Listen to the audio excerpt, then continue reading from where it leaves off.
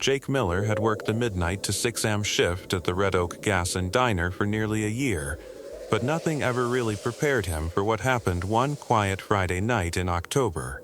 The gas station sat on the edge of Red Oak, Nebraska, just off the highway.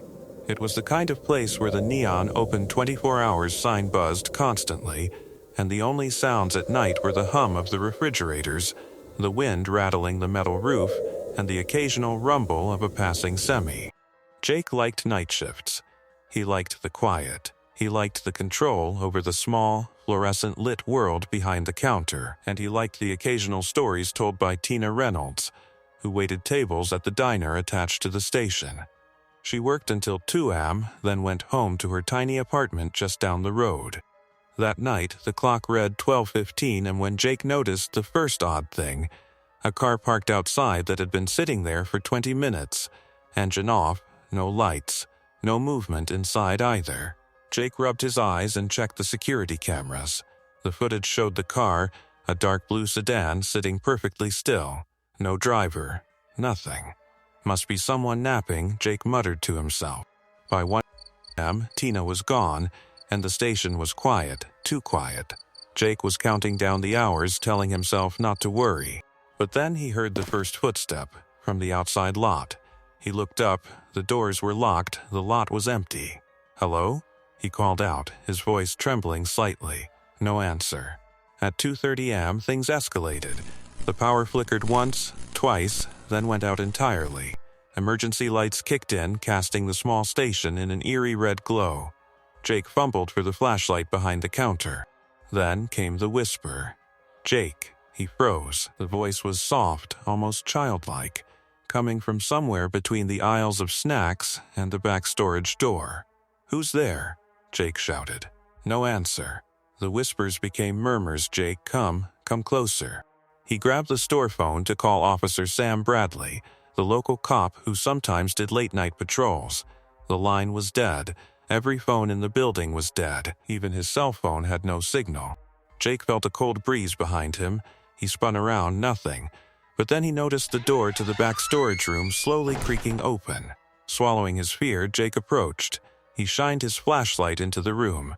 Empty shelves. Boxes stacked neatly. Nothing unusual.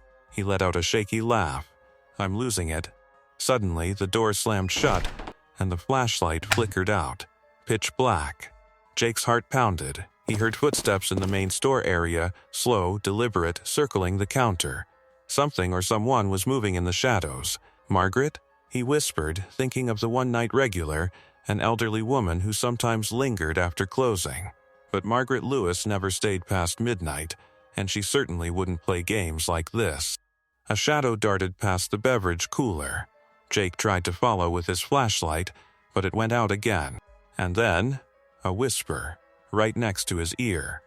"You shouldn't be here." Jake spun, almost dropping the flashlight, and saw a figure, a man-shaped silhouette, but the face was pure darkness, featureless, just empty. He stumbled backward, tripping over a broom, and ran toward the front doors. They were locked. Impossible. He'd locked them after closing at midnight. The shadow moved closer. He could feel it breathing. Or maybe it was the cold air. It didn't matter. It was alive in some other way. Just when he thought he'd be trapped forever, the neon sign outside flickered violently, then stabilized. The shadow froze, then vanished. Jake stumbled outside. Minutes later, Officer Sam Bradley arrived, responding to a neighbor's call about suspicious lights. He found Jake standing in the parking lot, pale and shaking. "What happened?" Bradley asked. I don't know. Something was in there. Something. Not human." Jake's voice cracked. The officer looked inside the station. Everything was normal. Shelves in place, no broken lights, no sign of forced entry. "Jake, maybe you just needed some sleep," Bradley said. But Jake knew better. He quit the next day. The Red Oak Gas and Diner sat empty for a week until a new night attendant took the shift, and Jake never returned, not even during the day. Some nights, when he drives past that stretch of highway, he swears he can see the neon sign flicker and the faint whisper of a name carried on the wind. "Jake, come back." Disclaimer: I have changed the names of the officers and individuals involved in this incident to protect their privacy. My name is Emily. I work the 11 p.m. to 7:00 a.m. shift as a 911 dispatcher in a small county outside Bozeman, Montana. I've always preferred nights. Fewer supervisors walking around, fewer chaotic calls, and usually just long stretches of quiet broken up by the occasional traffic stop or drunk college kid needing a ride home. After 3 years on nights, I thought I'd heard everything. I was wrong. That shift started like any other. It was October 14th, 2019. Cold outside. Dead quiet inside dispatch. The room was dim except for the blue glow of our computer screens.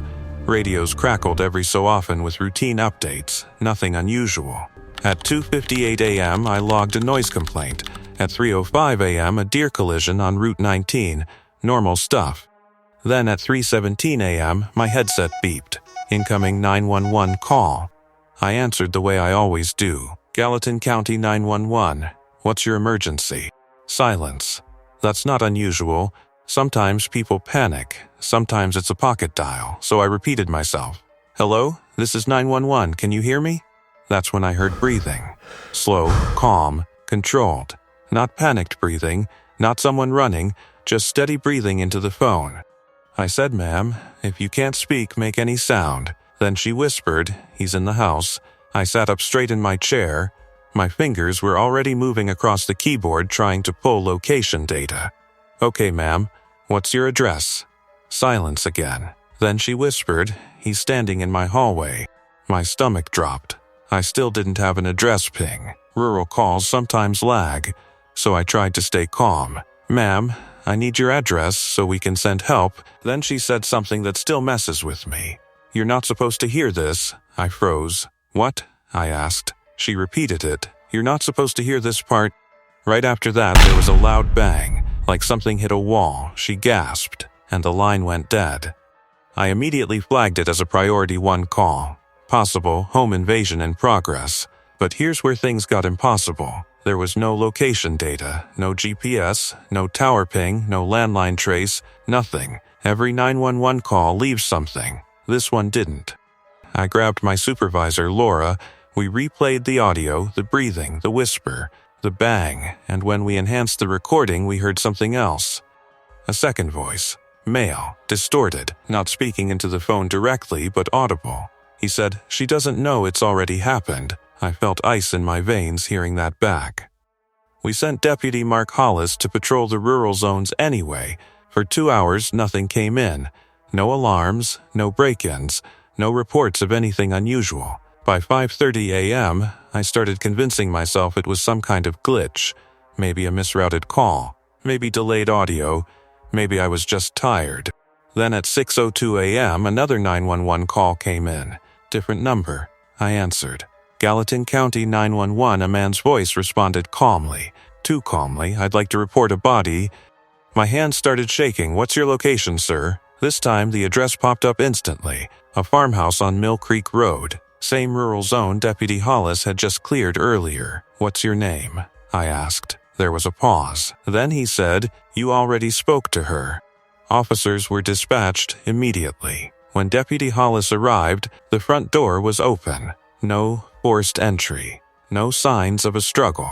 Inside, they found a woman in her early 30s lying in the hallway. Her phone was on the floor next to her. The medical examiner later estimated her time of death at around 2:50 a.m.